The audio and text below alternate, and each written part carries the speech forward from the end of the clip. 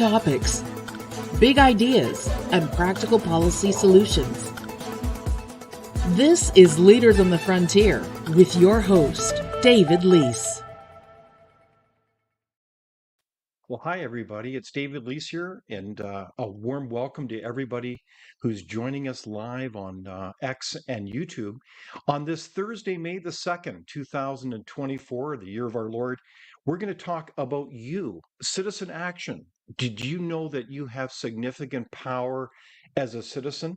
Well, when you think about the nation today, what are your thoughts? Do we need more citizen involvement? Well, we're going to talk with two extraordinary leaders who are working with a team that are working at a special, really, in many ways, a citizen action conference on very important, relevant topics. And I want to set the stage, though, for a kind of a heart-to-heart here. And we do appreciate all the comments that we're getting from people right across the country, from coast to coast. And what's so heartening about that is it seems like a kind of a wave of interest in what it means to be Canadian and what that means in terms of citizenship and the need to really care about our country. And it's not just simply about ourselves and our immediate lives, it's about the next generation. So I'm going to ask you a question. Do you believe in the Canadian dream?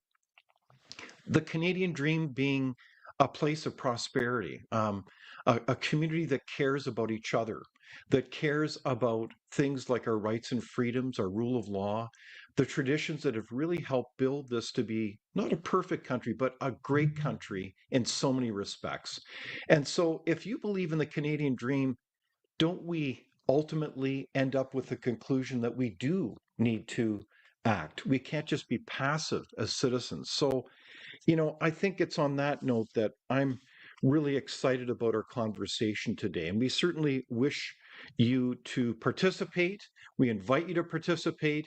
So feel free to, as usual, pose your questions and comments. Um, so it's interesting when the question has been asked, do we live in a democracy if we can keep it? It assumes that action is very important. And so my two guests have answered that question loud and clear, and they are Ken Drysdale and Rosalie Drysdale, and they are amazing people, and they are coming to us because they're the key organizers of an incredible conference that's coming up. It's called Stronger Together. It's coming up on June 21st, 22nd, and 23rd. So welcome, both of you, to our discussion today. We're honored to have you. Thank you. It's a pleasure to be here. So tell us about this conference. What are you organizing in June, and why should we come to this special conference? Rosalie, you want to go ahead? You're the chairman of this conference. I was going to let you go ahead, but I think I'll just briefly say it's the first of its kind. There have been many gatherings, organizations across Canada, and we're grateful for them all. They're all very, very necessary. But this call for Canadians from across Canada to come for the purpose of unity, recognizing one another, getting to know one another, learning from one another is, I think, a unique situation. And we hope that it continues. But we want to really put forth a strong call for Canadians. If you can do it, come together. We have capacity of 800 or just over 800. Everything is looked after. Food, it's all in the very, very reasonable registration fee. That's 6 meals. So Friday night, all day Saturday, Sunday. Excellent speakers, yourself included, David, from across Canada, panels, tons of information. We're getting to know each other. We thought for a while, it's just so important. This is such a large country with a very small population, but from coast to coast, we know that there are people and organizations doing things and working towards our freedom and working towards unity. But do we really know of each other? Do we know who's in this city, who's in that province? We don't really, but this is an opportunity for us to come together, recognize each other, get to know each other. And I'll tell you one thing, David, I've come to know, I'm sure we all have over time, there are some really spectacular people in this country. There Gifted, really are. smart, capable, ingenuitive. we need to get to know each other, and that is encouraging in and of itself. So, I mean, I could go on and on, but to me, that's sort of at the core of what we're trying to accomplish. Okay, so Rosalie, you're the chair of this incredible initiative, and you're working with a great team, including your Yes, husband, Ken, here. yes. I'm really impressed by your vision, like in terms of the notion that you're bringing together leaders from across the country. You're building a team to help improve our country, to move it forward. So, what are you going to talk about there? What are some of the highlights that you hope to cover? This is where Ken might want to take the lead there. Well, Over to you, Ken. David, this is a conference like no other one. So many conferences you go and you sit yourself down in a chair and one talking head after another one comes up to the podium and then the next one comes and the next one comes. That's not what this conference is about. It's also not for people who don't want to be inspired and to be, when you leave on Sunday afternoon, you're going to be tired because there's 5 panels that we've got up on the stage. And so each panel will have 5 to 6 experts on it.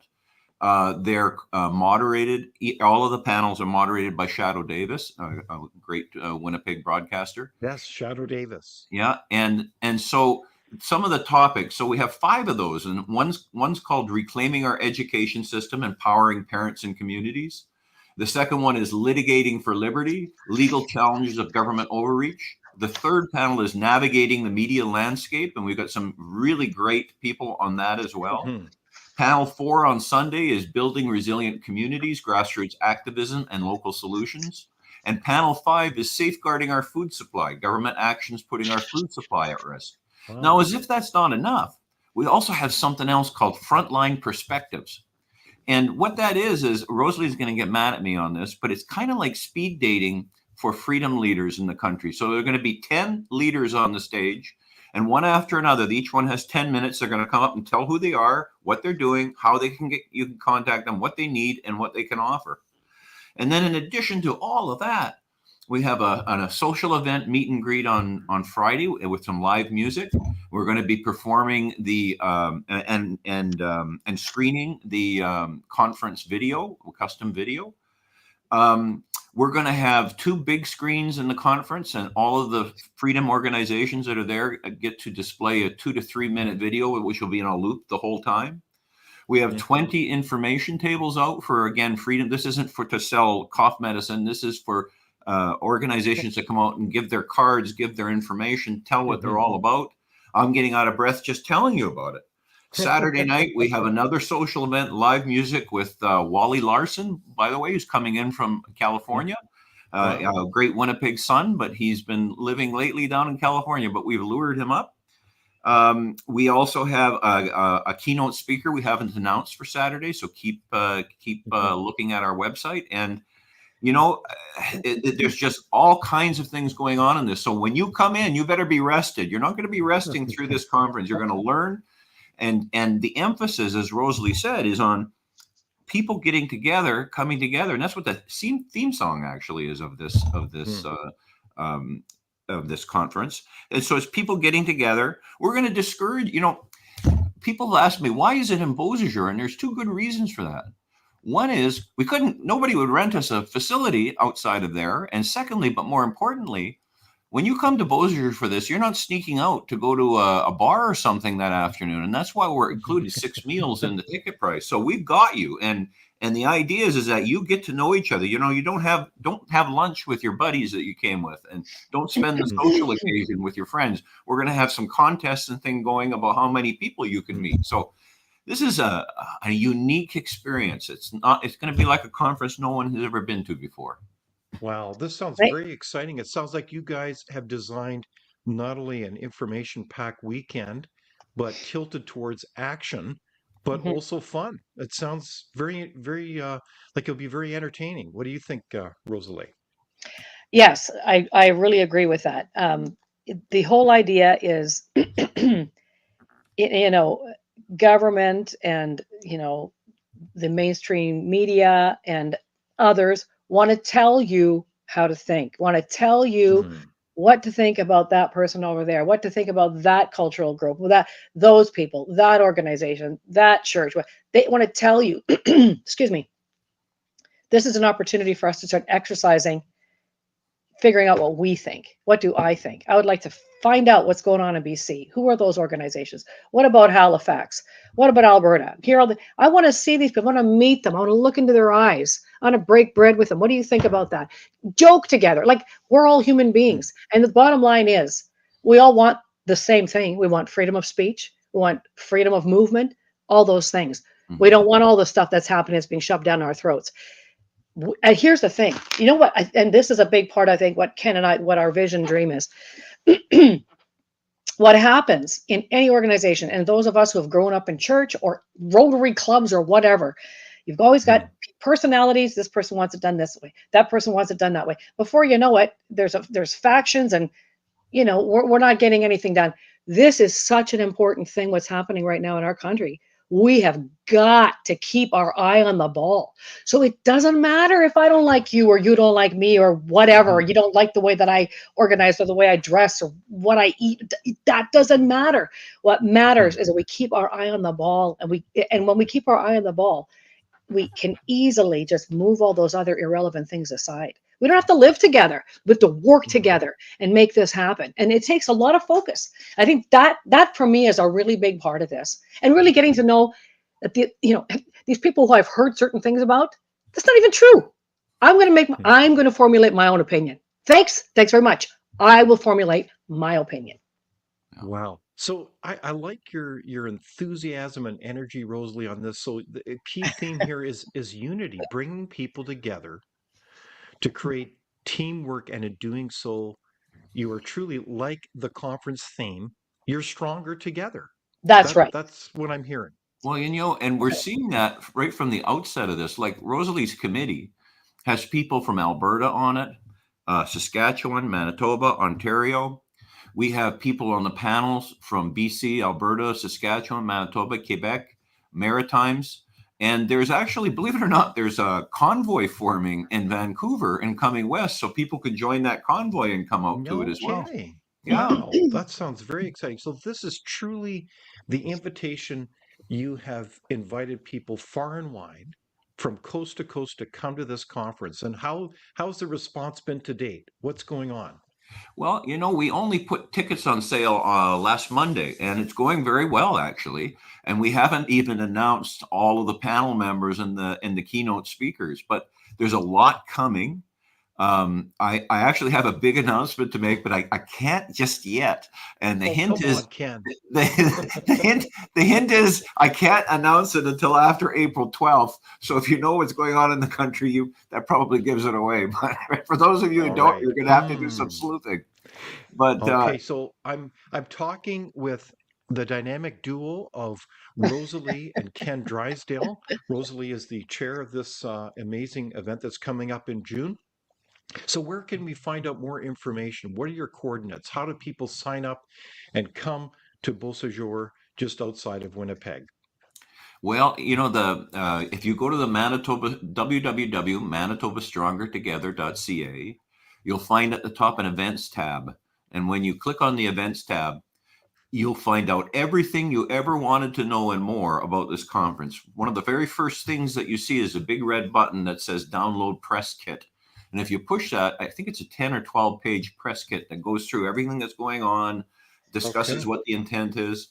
There's a poster there that you can download, and we encourage people to download the things off of the website. If you want to promote the website, you can download the poster. There's a video. The conference has its own video that talks about it. There's a theme music that was specially recorded for this.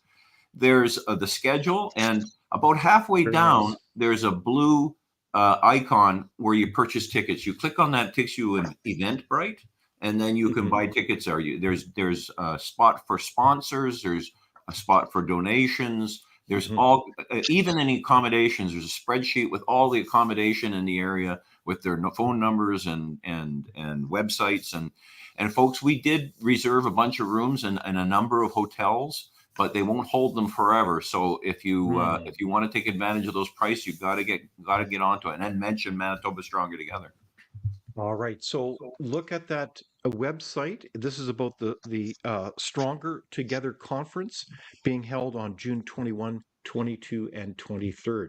So I want to ask you the question, and I want to ask the audience as well. What what brought you to this point where, as citizens, you felt compelled to get involved? This is a huge effort. There's no question. I mean, this is a lot of work, and I know that both of you have been involved in so many important initiatives. So, can you tell us briefly what brought you to this point where you thought it was important to act? Rosalie, you want to take that one? Sure. Well, I can start it. Well, I guess it was just over a year ago. Now, as you know, Ken and I have been involved for a couple of years. Ken, of course, writing the 89-page report that kind of had a life of its own and has been distributed all over the world. Really now downloaded, I think, almost 3 million times. Am I correct about that? So then that led to Ken becoming involved in the NCI, becoming a commissioner, and then Sorry, Ken what's and the NCI again? National Citizens Inquiry. And that Okay. was where, and Ken could talk a lot more about that, but that's where he went across Canada, he and 3 other commissioners. And it was a concerted effort, again, of all Canadians. So many Canadians coming together, hundreds, probably thousands. It was a Mhm. huge organizational effort, and it was very successful. Again, just people who had a vision, who wanted the truth to come out about what happened during COVID and all of that. So that's what Ken was involved in. And then that sort of led to he and a friend of his, Chris Riddell, to start Manitoba Stronger Together. And of Indeed, course, yes. yes. And then they've made some significant strides in, I think, about 9 months of actually, being in operation. And so what it was kind of, and I'm kind of behind the scenes and I'm helping out here and there and traveling along and all that. But it started to come to my mind and and I'm going to just repeat myself a little bit here, that it would just be so great for people to come together across this country. Mm. I won't repeat myself, but just the whole idea of so many wonderful organizations, but really the identification of one another, I just felt like wasn't there. And what happens? Okay, first of all, if I have somebody that's like, I know somebody that's moving to BC, they'd like to know who to get involved with. Who do I even refer them to? And vice versa, and all over every single province. So that would be good. That connection alone is amazing. But even where, let's say something happens and, oh my goodness, we want to rally people like this, we got to get together. We got to rally in one solid force to do something, or to be a voice, to take a stand against something. How do we even do that? How do we even have that thread of interaction, and, that we can, put the word out and boom, all the organizations across Canada have the same message? That I didn't think was a thing that was happening, or that, that would be, kind of a convoluted thing. So I thought that was kind of what got me thinking. And then just the idea of unity. And so that's kind of what was percolating in my mind. And Ken and I talked about it a lot. I just kind of ran the idea past somebody who is a leader of an organization in Alberta a while ago. And he just wasn't really kind of catching the vision right away. He was very busy. He wasn't negative about it, but he said, look, I'm just so busy. Everybody's calling me for something. So then I kind of just thought, well, you're a big player, so I'm going to just maybe just leave it. Maybe now's not the time. But just a few months ago, I'm going to say we're in May now. So I would say maybe January. Am I right, Ken? January, beginning of February. All of a sudden, it was just like Ken and I were talking about it. And it was like we just rounded a corner, put the feelers out, and it was just like boom, boom, boom, boom, boom, boom, boom, boom, boom. It was starting to come together. Got the planning committee together, got a lot of positive feedback from anybody we mentioned it to. And, yourself, he ran it by you, David, and you were just like, yes, this is good. So that was a good indicator too, that just the reaction, the reactionary, the first impulse of reaction was very positive. I would say 95% of the time or more. So that's kind of the long and short of it. And so we're running with it, but we do need people to sign up. We are getting signups, but we know that people they tend to, I mean, we all have this tendency to leave things to the last minute. We do need, if you know that you're coming to this and you're looking at our paperwork and looking at what's on the website, and you know in your heart it's the right thing to do, and you know that there are other people that should come along that you should let know, do it ASAP. Just because, simple as, knowing how much food to order. We've got all the caterers in place. Everything's in place. Everything is in place. We just don't know the quantity. So the sooner we can get that all going, the better. So that's basically it in a nutshell. Well, I love that story, Rosalie, and how you, as a leader, as a citizen, Yeah. had that concept and then you ran with it. You bounced it off of people, but you ran with it and have acted. So bravo on you. So Ken, what's your story? How did you really get fired up to get involved in this? I mean, how could you not, with Rosalie talking with you every day, as I With know you Rosalie do? not giving you a choice. Well, there's a lot of truth to that. And I was talking to BC Rising last night. I was on an interview with them, and I was saying that, and they asked me the same question, and I said it's kind of like that scene in the movie Forrest Gump, where he's sitting there and there's the feather kind of floating, and that's kind of what happened here. We started to take note of what was going on right in the beginning when they announced the COVID lockdowns in March. We were in Mexico at our youngest son's wedding. And when we flew into Toronto, just seeing what they had done there, what the government had done, was the exact opposite of what you should have been doing. And we weren't looking for that, but it was obvious to us. And then that made me start to monitor, when they told you couldn't fly and they started locking things down, I started to monitor the flights in and out of Canada from China. And for months, I reported it on Facebook. I actually gave you the flights when they came in, what time and what airports. And I did that for months. They never stopped those flights. So then what happened is my son phoned me up one day and started to tell me that, the medical system was collapsing. And I thought, that doesn't sound right to me. And serendipitously, I had to go to Emerge with kidney stones. And when I got there, I was the only person in the whole emergency ward. There was 2 doctors. Pardon me? Yes. Sorry, you went to emergency and you found you were the only person there in emergency? At Selkirk General Hospital, yeah. And it's a beautiful facility, by the way. I never had such good service. I had a CAT scan, an X-ray. I had a doctor sitting on my bed talking to me for about a half an hour. There was, I don't know how many nurses running around with nothing to do. And so on the heels of that, we got involved. Rosalie actually got me involved in writing the 89-page report. That wasn't my idea. And so when I did that, and I had no idea it was going to take on a life of its own. And then when I got involved with National Citizens Inquiry, it wasn't even me. There was a lady from Saskatoon and another one from Red Deer that volunteered me. And I only found out about that when we were in the hearings. Yes, darling. Just a little interjection. I just want to make it clear for the record that I did not force him to write the 89-page report. It wasn't like I was a teacher standing over him saying, "Did you finish your homework yet?" It was, he started looking at all the Stats Canada's numbers, and then he started to go, wow, this was now just the stats speaking for themselves. And he started itemizing it and logging it and putting graphs together and charts together. And he started to see the real truth, and that what was being told us via the government, supposedly by those stats, was completely inaccurate. So I thought, this needs to be told. This needs to be. So he already had a lot done, but he thought, you know what? Who's going to read this? Who cares? So that's where I said, no. It needs to be finished. You got to finish this. That's all I have to say in my interjection. But this is a powerful story where you're observing what's going on during the management of COVID-19, and you did out of care and concern. And you took a critical lens to this issue. You asked really very profound but basic questions about what was going on.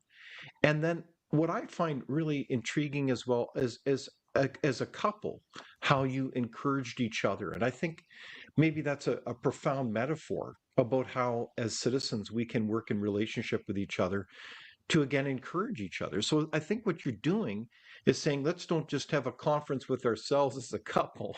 Let's bring hundreds and hundreds of other people to this kind of discussion. And I really admire that. I think you should both be commended for that kind of leadership with the larger team and with Chris Riddell and all that wonderful group of people you have. Thank you. There's strength in numbers. That's the moral of the story. Indeed. Sorry, honey. Indeed. And it's appropriate, by the way, that this unique event come from Manitoba. And I'll tell you why. If you look at our website, manitobastrongertogether.ca, you're going to see all kinds of bison all over that website. And you're going to ask yourself, why are they got all those bison there? I love the bison.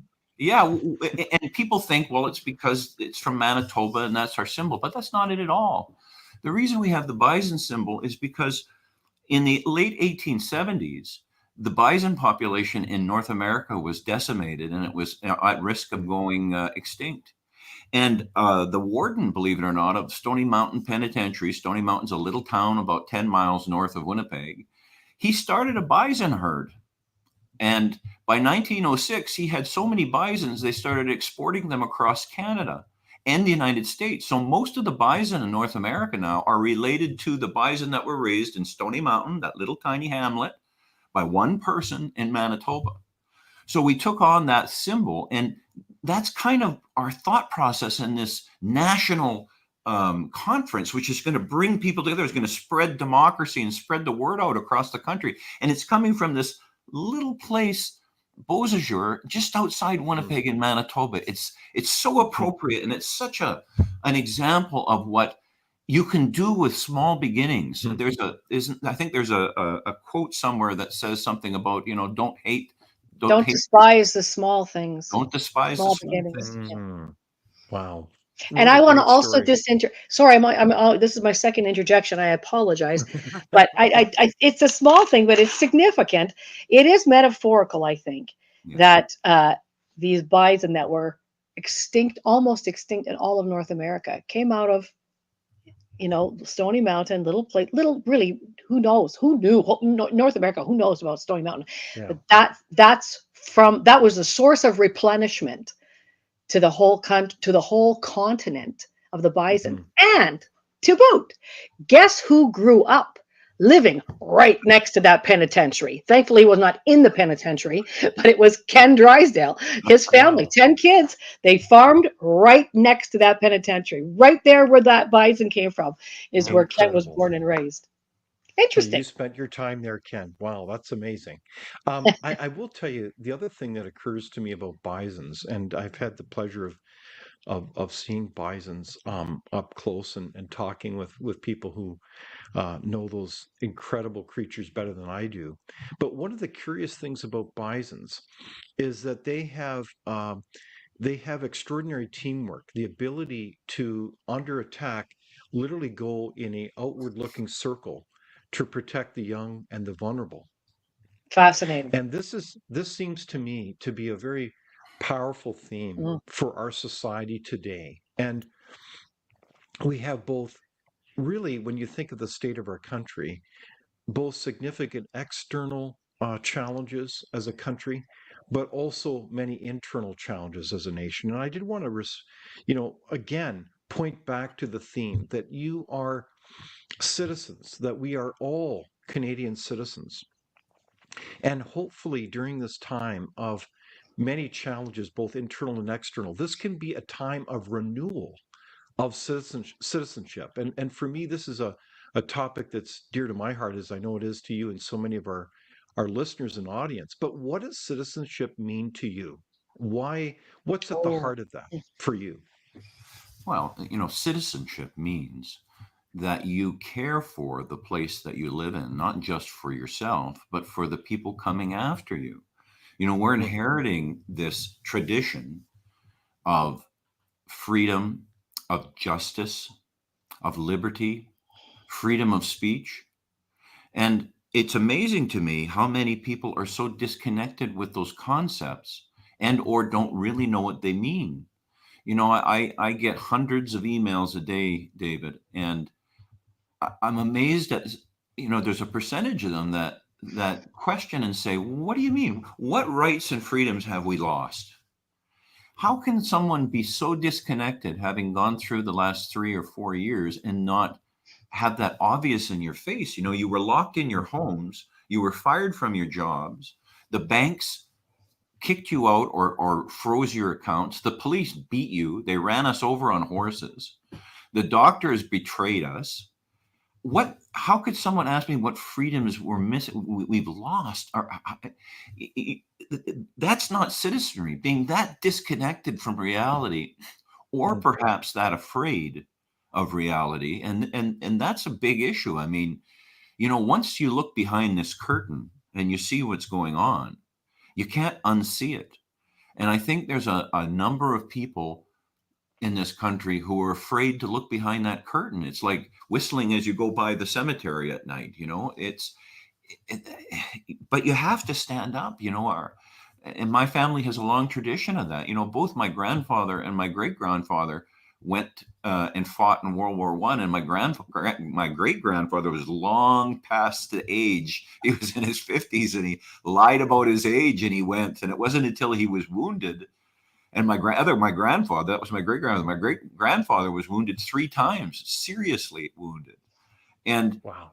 that was them taking up their burden and passing it on to us. And we're not asking anybody to pick up rifles and get in ditches, but gosh, you've got to be engaged and start voting and start educating yourself. And that's what Manitoba Stronger Together is all about. Creating community, Absolutely. educating the voters, and reporting back about what's going on in a way that people enjoy. Absolutely. So on that note, I did want to pick up on the whole issue about what's so precious about Canada from your perspective, because I look at this as, really a long tradition that we have inherited of freedom that relates to our values, and also our values as it relates to our Judeo-Christian values. That has been foundational to our society in so many respects, but in a particular way that's also tolerant of other traditions. But foundationally, that has been many assumptions. And I'll give you one example, because I think there's a lot of people don't understand this, or they take it for granted, or frankly confused. But one of those traditions is the notion that every individual is an image bearer from the divine, from God, and that we are to respect every individual. We may not even agree with them, we may not even particularly like them, but we are to appreciate them as a sacred image. And in this way, we get our rights from the divine. We don't get it from the government. We don't get it from the premier, the prime minister. We get those from the divine. And I think this is incredibly inspiring. And I would quite frankly say quite ironic when we see so many people coming out of, not to vilify all of them, but universities, where they're often taught the precepts of Marxism. And Marx, as anyone knows, was a materialist who did not believe in any human rights. And all you have to do is read Marx to be familiar with that. So there's quite a deep irony here, that it seems like we have an alien set of values and ideology that is really working to derail our country, that is antithetical, opposite to what we've really has really allowed Canada to be the incredible nation that it is. Am I reading this in a fundamentally correct way, or So, what are your thoughts on that? so your question is, what is it, Canadian? What does it mean to be a Canadian? Was that what you were starting to say at the beginning of what you mentioned? I think that's part of it. Yes. What Yeah. does it mean to be a Canadian citizen? Okay, so I'll tell you a little bit about my own history, and maybe this will give you kind of an idea of where I'm coming from, my vantage point or my viewpoint. Both of my grandfathers, my mom and dad's side, fought in the World War as well. And I find it interesting that Ken's grandfathers, one of them fought in the Second World War, two of them your great grandfather in the First World War. No, they were both in the First World War, darling. Right. And I had a couple of great grandfathers fight in the First World War and in the Second World War. And both of them fought on the German side. Okay. So my history is German. Mm-hmm. In fact, I am a first generation Canadian. So my parents were not even born here. They immigrated after the war. So my parents were Volksdeutsche. So they weren't citizens of Germany. So they did not have a home. Excuse me. They were from Poland and Yugoslavia. Okay. Wow. My parents, but they were Germans living in those countries. So when the war, my grandfathers were, because of that, conscripted into the war because they were still Germans who kept their German nationality. But after the war, there was no home to go to. Germany didn't want them. They weren't residents of Germany. Where would they go? So long story short, both families, as many thousands and thousands and thousands of Germans, immigrated into Canada. They went to Australia, United States, Canada, and South America. So my respective families decided on Canada. One of my grandfathers said because Canada was the youngest country, so in his mind it had the most potential.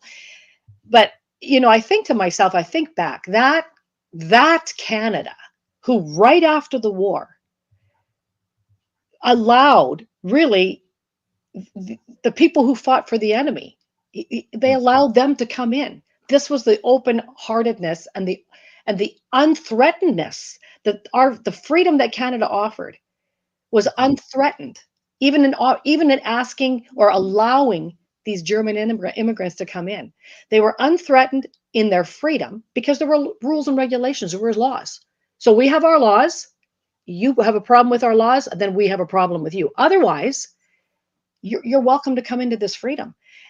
That is beautiful. I mean, that appeal to the freedom of people. It's just a beautiful thing. So these people came in, my family came in. I wouldn't be here if Canada wouldn't have had an openness to allowing the enemy to come in and get citizenship. And this is what they did. They came in, they worked hard, they made something of themselves. They really did. And today, I mean, I know thousands of German people from the German past who are highly successful business in every facet of society. But Canada allowed them to come in and exercise freedom of speech, freedom of movement, freedom of business, freedom of commerce. That is Canada. That's Canada, and that's the thing we need to preserve. And on another note, when I see people who are affluent, who have been given all the allowed, not given, but they worked hard for what they have. But when I see them sitting back in all of their wealth, conveniently doing nothing, when we are being faced with what we're being faced with, I tell you what, that gets my ire almost more than anything else.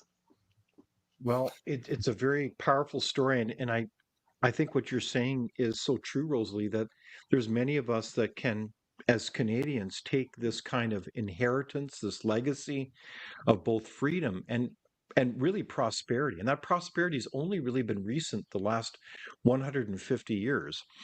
And it seems to me that those things are all now in play. They're all in jeopardy. And I did want to play a clip here because I think it kind of is some interesting reality therapy from none other than the former NDP leader, Thomas Mulcair. Let's talk a little bit of budget. And did this hit the mark for young Canadians? That's who he was targeting. That's the most important question, and I think it fell way short. It's one thing after 8.5 years to say, oh, I finally get it, after saying that it was not federal responsibility. Now I'm going to start doing something about housing. There are actually some interesting measures in there, but it's not going to do anything between now and the next election. He was trying to get back the millennials and the Gen Zs, the ones who are 43 and under, and I think it fell way short. They know that Trudeau completely let them down for the past 8.5 years.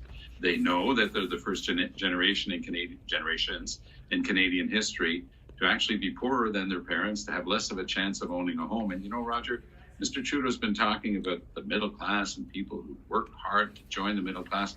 What's a better symbol that you join the middle class than the ability to own a home? And for those generations, it's just not within their grasp. If you live in a place like Vancouver or Toronto, good luck trying to buy a home. And so Poilievre is sticking to his message and not taking the bait with regard to the capital gains tax increase, which is substantial and will not be hurting the richest of the rich, as many small business groups and journalists now, it's taken a couple of days for the dust to settle on this.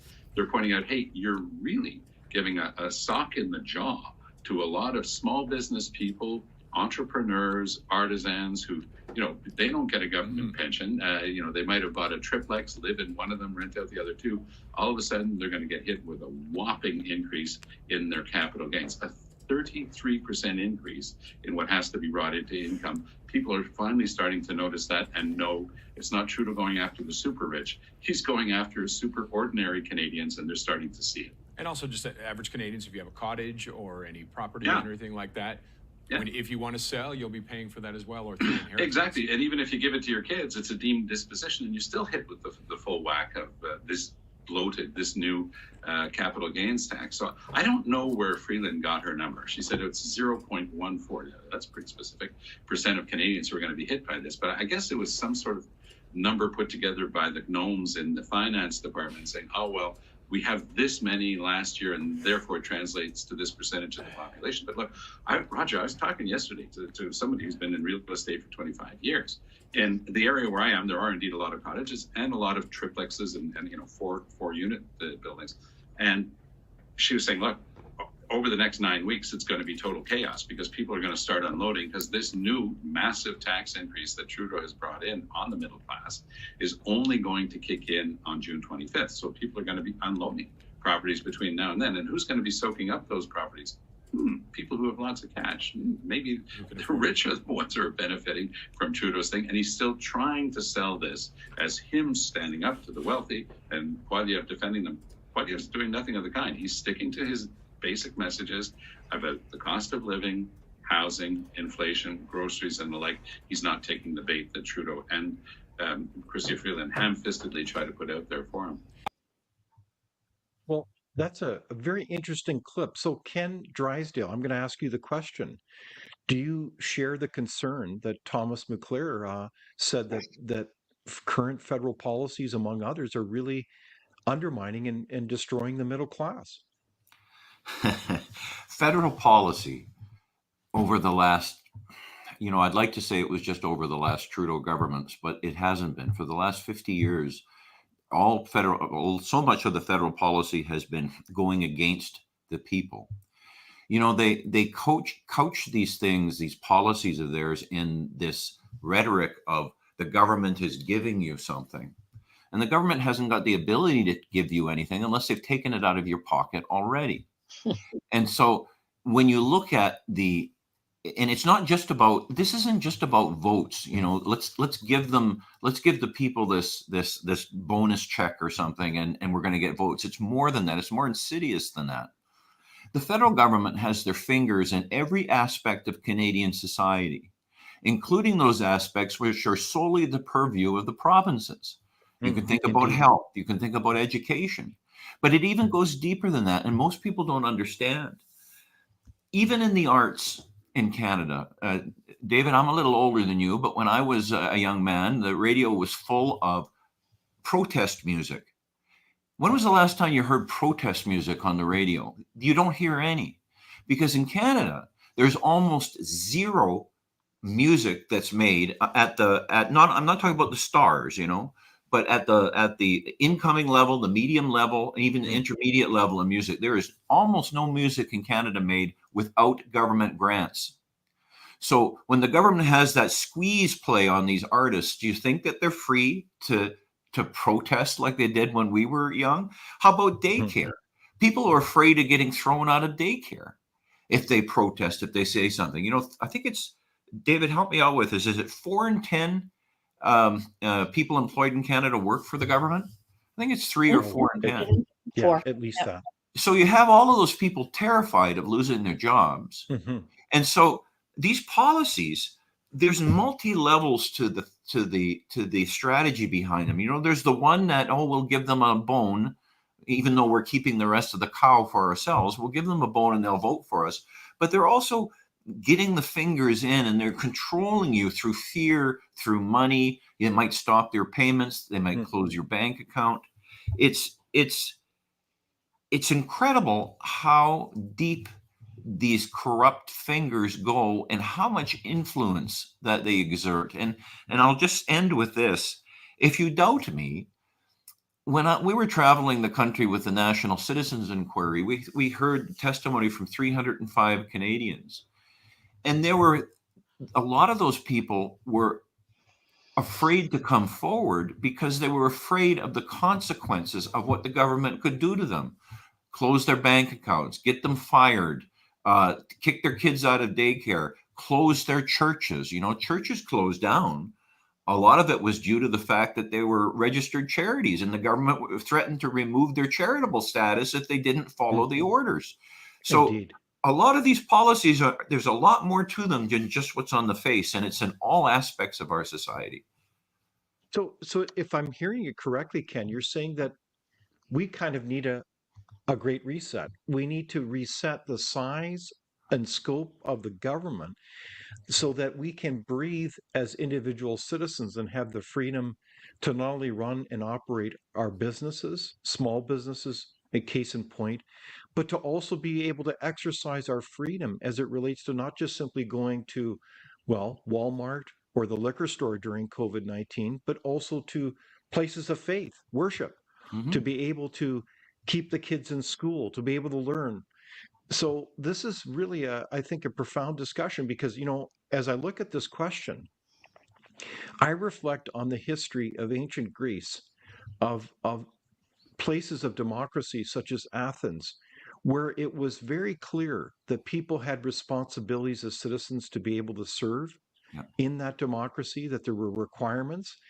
And part of the genius of our democracy is that we've traditionally had a significant, vibrant middle class, one that's not dependent on the state in terms of welfare, or has a particular focused agenda, with the ultra rich, but is truly run and stabilized at the center on the middle class.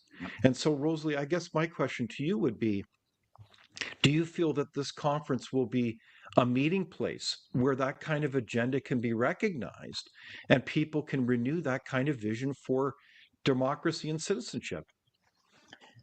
100%. On so many levels. On so many levels. I mean, this is not necessarily answering your question, but I think about, the middle class and then the poor and then, the rich. With this new bill, what is it? S233. What is it again? They're talking about, guaranteed income. You wouldn't have to be doing stuff like that if you wouldn't constantly be kicking the middle class in the groin. I mean, it's Indeed. not Yeah. rocket science. It really, yeah. So anyway, I just wanted to say that on a side. It's like everything they do is so, I'll put it nicely, backwards. I'm just going to say it's backwards. Well, Well, It's that upside down. particular policy that Rosalie that you're talking about, though, is a perfect example of what I was talking about. Can you imagine? People become dependent on this guaranteed income that the government's giving you. You think they're going to stand out and protest, and all of a sudden their benefits are cut off. And if you think, and folks, if you think it won't happen, we saw it happen with the banks. The banks are supposed to be private institutions. When the government sent some kind of a notice, it wasn't even a legal notice as far as I know to the banks, they immediately locked people's accounts, and they're still kicking people out. And none of them, to my knowledge, because I've asked a few of them, actually got a legal opinion on that before they did it. They just did it. So if you think these private organizations hop to it when the government told them, just wait until your money's coming directly from the government or you have a central bank digital currency. But just to answer your question, I kind of took a little liberty there. But yes, absolutely. I mean, there's going to be so many subjects discussed at this conference, but it is a place for an exchange of thought. And I think one of the most powerful things that we anticipate in this conference is people coming together. And again, I keep repeating that we meet each other, but you can taste, touch, see, feel the actual other citizens from across the country. This is not just hyperbole. We will begin to see, yes, there are many of us. And in fact, there are more of us. We're not a fringe minority. We're not, the majority of Canadians, from wherever they come from, whatever their persuasions, have a measure of common sense, and probably more than we give them credit for. And this is what we want to appeal to. We're not trying to say everybody's got to be a clone of each other. This is coming together, exchanging of ideas, and there is strength in coming together. Sorry, I'm clearing my throat so much. I'm just getting over a cold, but but this is the essence of this conference. And just there was one other thing I wanted to say. Oh yes, and also this is an opportunity. I mean, we all know keyboard. What do you call them? Keyboard warriors. We all have them. We all know them in our lives. This is an opportunity for you to take your little fingies off the keyboard, buy a ticket for the conference, and come and interact with people. Okay. Keyboard warriors. You know what? There might have been a time for it at the very beginning where we're all starting to go, wait, what's going on? What do you know? But that time is over. We don't have any more need for keyboard warriors.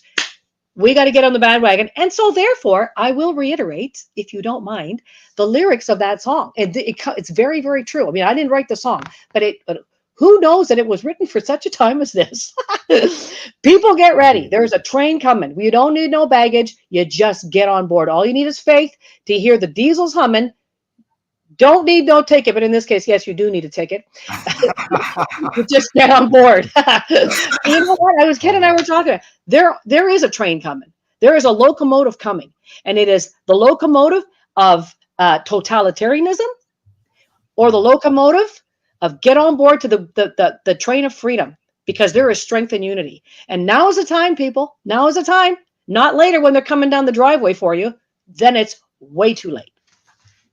Well said. So I like that call to action. And speaking of action, I want to ask you about action and some basic answers to the basic question, what can citizens do? We know the tactics that are out of a well-worn playbook with people that are authoritarians.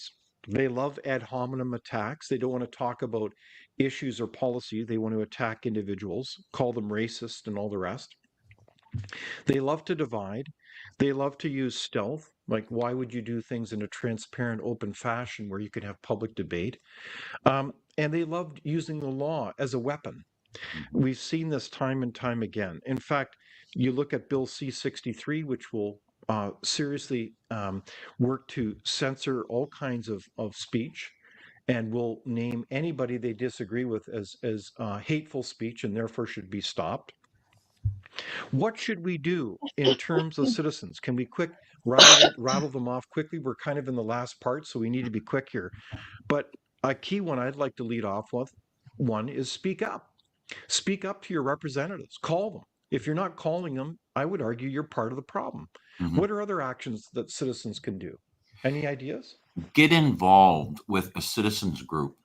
There are thousands of citizen groups now across the country. You know, even though I spent 2.5 months traveling across the country with the National Citizens Inquiry, meeting people from coast to coast, I'm still finding groups. So if you're not comfortable showing up at City Hall by yourself, find a group like Manitoba Stronger Together, Take Back Alberta, Alberta Prosperity Project, BC Rising. Right on. You can join those groups and you will find people who know what to do, how to do it, and you can be a part of a new community. Very good. So join up with groups. What about getting informed about our history? What about don't be fooled? If you know, we've seen the well-worn tactic. These people are masters with words. They use diversity, equity, and inclusion, and meanwhile, they want to make sure that drag queens are talking to your kids. Why is that? Why does a drag queen need to talk to your children? I mean, it's absurd. What are other actions? Donate money to things like Manitoba Together. Vote. Go to the conference. What else? What are other things we can vote? Yeah, go vote. Yeah. When there's a by-election, last October there was a by-election in Brandon for our school trustees. There was 2 of them. Do you know that 10% of the electorate showed up? There was 35,000 eligible voters. 3,500 people voted. So vote. Well, vote, and better yet, run for political office. Yeah. At both the local level, provincial, and federal levels. Is that right? Because they want you to not be involved. They want you to get discouraged. Yeah. They want you to get demoralized.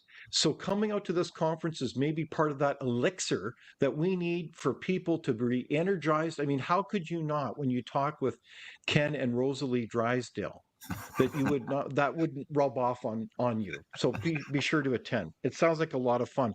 You know, the other thing that strikes me is that we all spend our dollars. And I think we need lots more Bud Light moments where people wake up and say, I'm not going to purchase XYZ product because I know that these people are part of the problem. In fact, I want to tell you my own story. I actually am in a conversation now. I have a pension with an organization, I'm not going to say who at this point, that is all over this so-called environmental social governance model, which is basically a woke index where they want to use my money that I've worked my tail off to put aside for my retirement And meanwhile, they're trying to use it for these woke causes. So I've written them a letter saying, I've noticed your use of this. I object to this. And in fact, I think that legal action may have to be considered here because you have no right to undermine the returns in my pension for your causes, which are antithetical to any values that most rational Canadians would do. Like, for instance, they use the money to buy or promote Russian oil and gas, and they avoid investing in Canadian oil and gas. That's outrageous. You Yeah. can't make this stuff up. Yeah. Yeah, and there have been attacks from shareholders of corporations in the United States, legal attacks against the boards of directors who have taken those kinds of decisions, because those on a board of directors of a shareholder corporation, it is your obligation and your duty to do the best thing for the investment, to make the investment grow. And when they start making these ideological decisions, and so there's been a lot of legal action in the United States on that. I wish we were as litigious sometimes as the Americans are. Also, I just want to say, it comes to mind, just backing up to your other question, I think it also applies now. Canadians are not, well, they're not like Americans. Americans come across as, very vocal and even feisty, and, they won't back down from a fight. And sort of traditionally, or typically, Canadians have this sort of more peaceful, well, sorry, please, and thank you. We're very well mannered, and that's fine. But that doesn't mean that you can't have the conversation. That doesn't mean that you don't talk at all. We don't, just because you don't want to fight or start having a yelling match or whatever.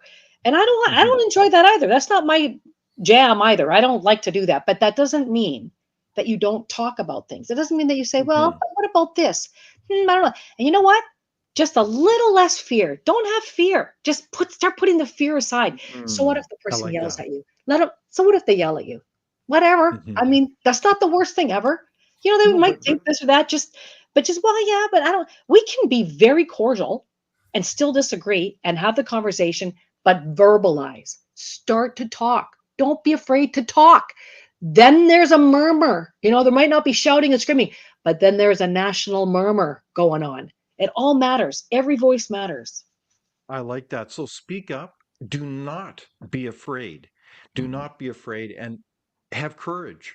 Yeah. Courage is a very important foundational virtue to our society, and Canadians have a long tradition of that. And I think that one of the fascinating things about Canada is truly our culture. There's a lot of very special things about Canadians. I think so many Canadians are Yeah. really truly nice people.